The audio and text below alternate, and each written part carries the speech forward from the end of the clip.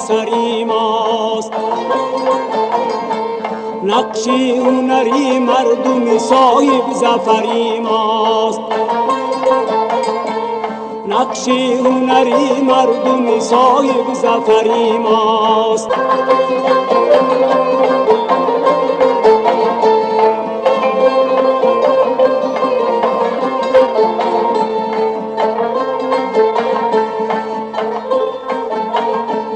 هر پاره نانی که ببینی بصری خان، از سعی و تلاش و جدلی برزگری ماست، از سعی و تلاش و جدلی برزگری ماست.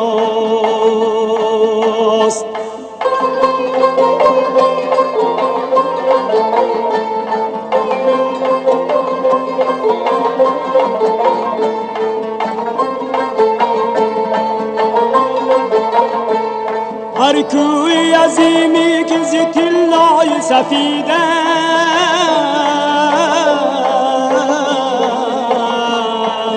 است، شأن و شرفی دولت این دادگری ماست،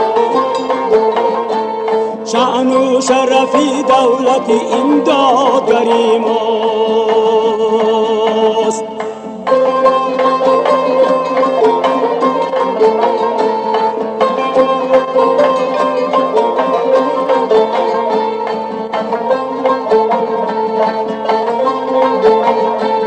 رزقی که فراوان نصیب است و مردم،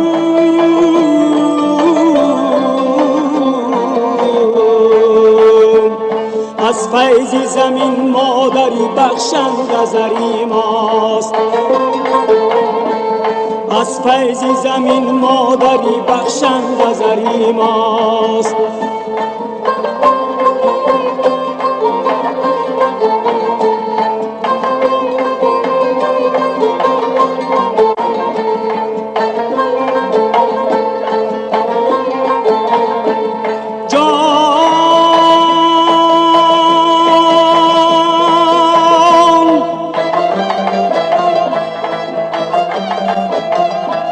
آسیب نبینی جای خاک مقدس،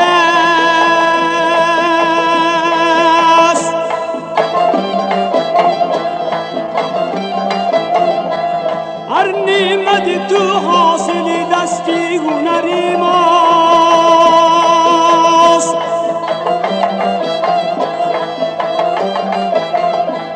ما ذات و نژاد زرافشان تو هستی،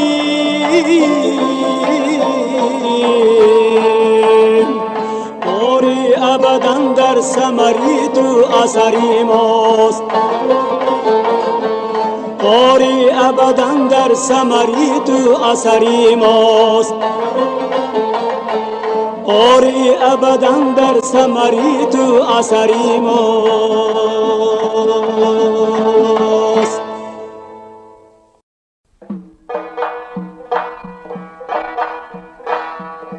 نورش گرچین خورشیدی خاور، فرا گیرد جهانی را سراسر،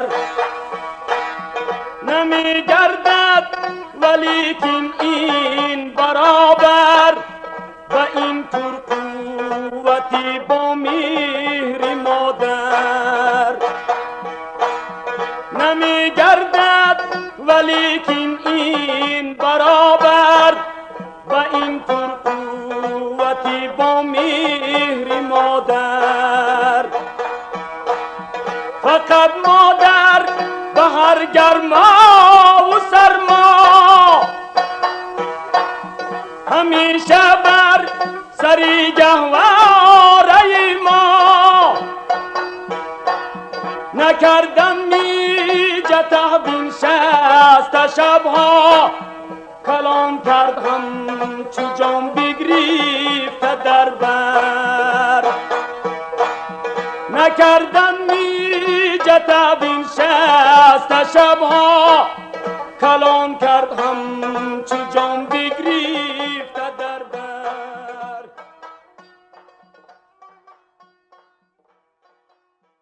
عرف و عادت‌های ملی در دوره استقلال برای ملت ما شناخت تاریخ ما است، شناخت اصلی ما است.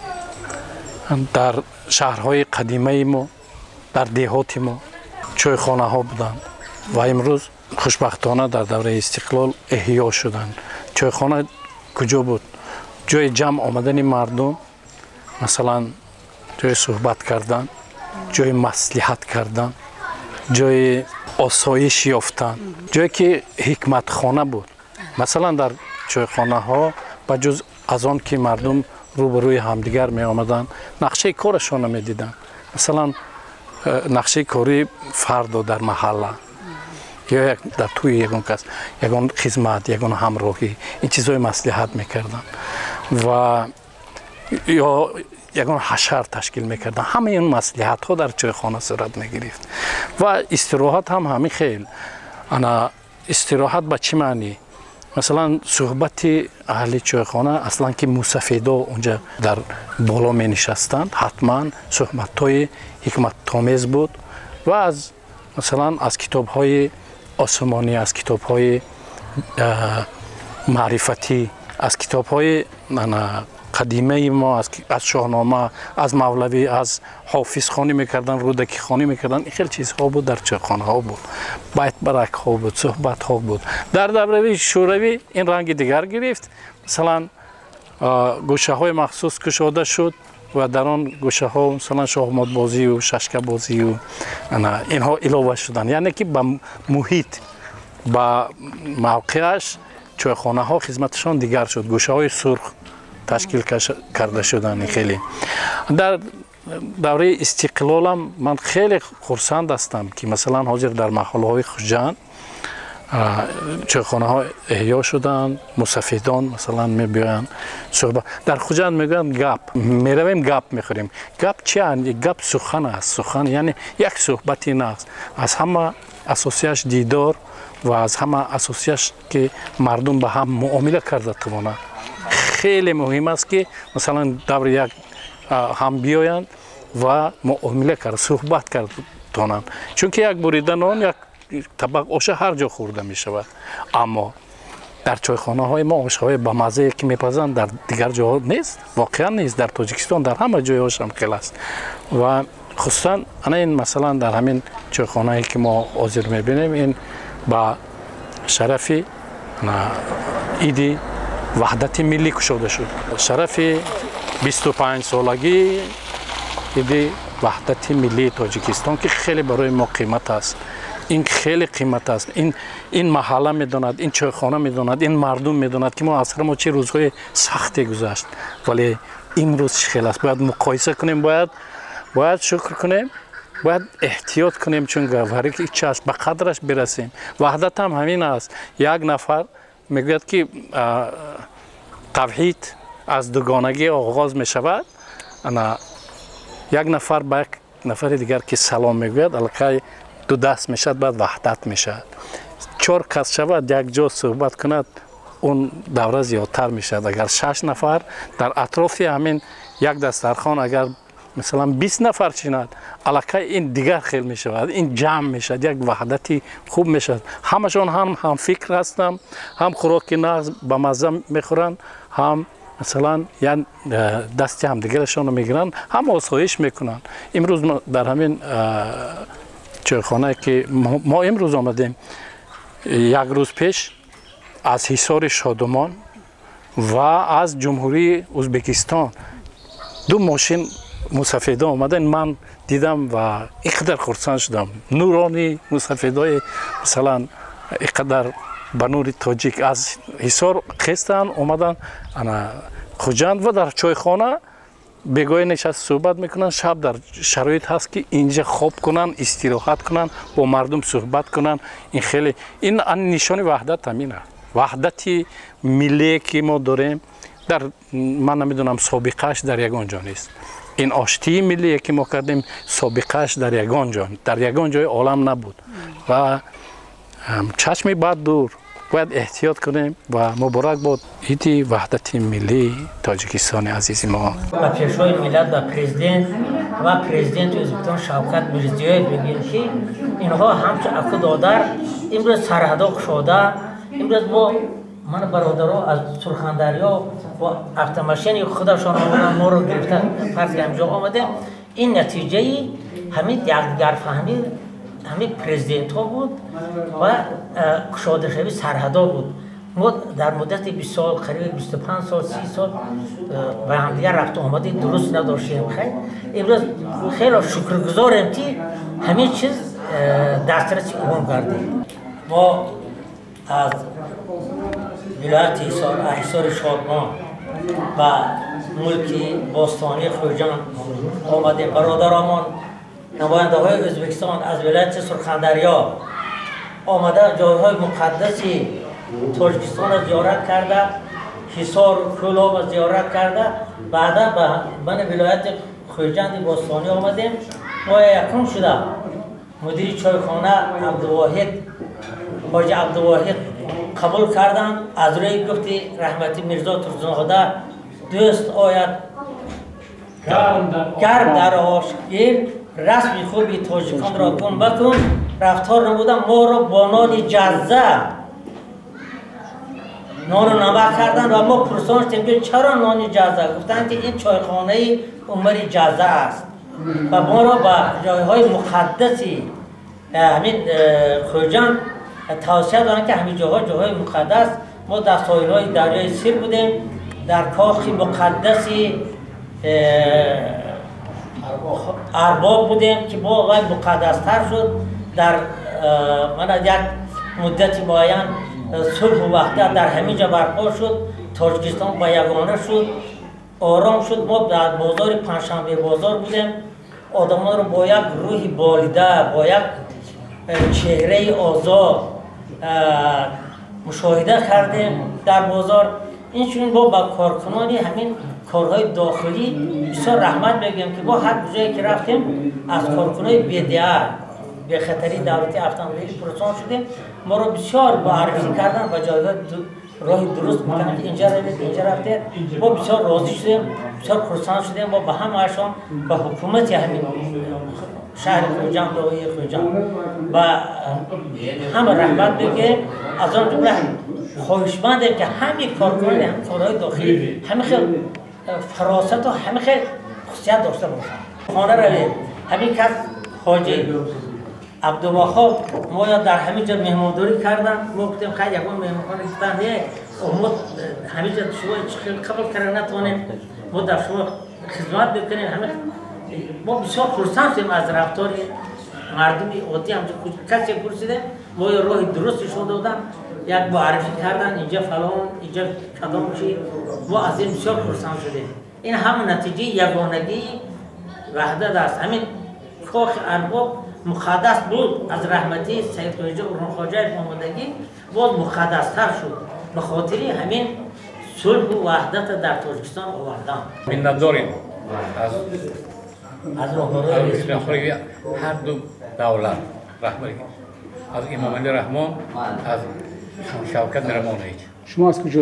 ما از ولایت سرخندریا و رایون سراسیا. ما با درست همینجا مهمان شدیم. دیدیم همه رفتار و دستور اینجا و حرمتی همه ازبکستان حرمت کردن. اساسگزار صلح و وحدت ملی دستگیری رئیس ولایت رئیس شهر خوجند که امروز من در محله سریبلند چایخانه نوبنیاد سال 2021 شده به استفاده داده شد که امروز من یک گپخوری با موسفیدانی محله شده ایستاده است. ما افتخار از آن داریم که امروز صلح و ثبات در تاجیکستان وحدت ملی است. ما در عرفه وحدت ملی قرار داریم. امروز من وحدت است که امروز تمام من ساکنان محله سری بلند سرجم شده در یک سری پیاله چای آش خوجندی تشکیل کرده ایستاده‌اند. سابقه‌دار مهنت حاج محکم کمال باشنده شهر خوجند، اولا همه بینندگان، کارمندان تلویزیون و مناسبت عید 25 سالگی وحدت ملی تبریک و تهنیت میگویم. چون سر نفرازیم و تفاخر ننماییم، شأن و شرف آدمیان شد وطنی ما. 100 ساله کس اینجا نکند شکوه زیوری، با عمری کهن تازه جوان شد وطنی ما.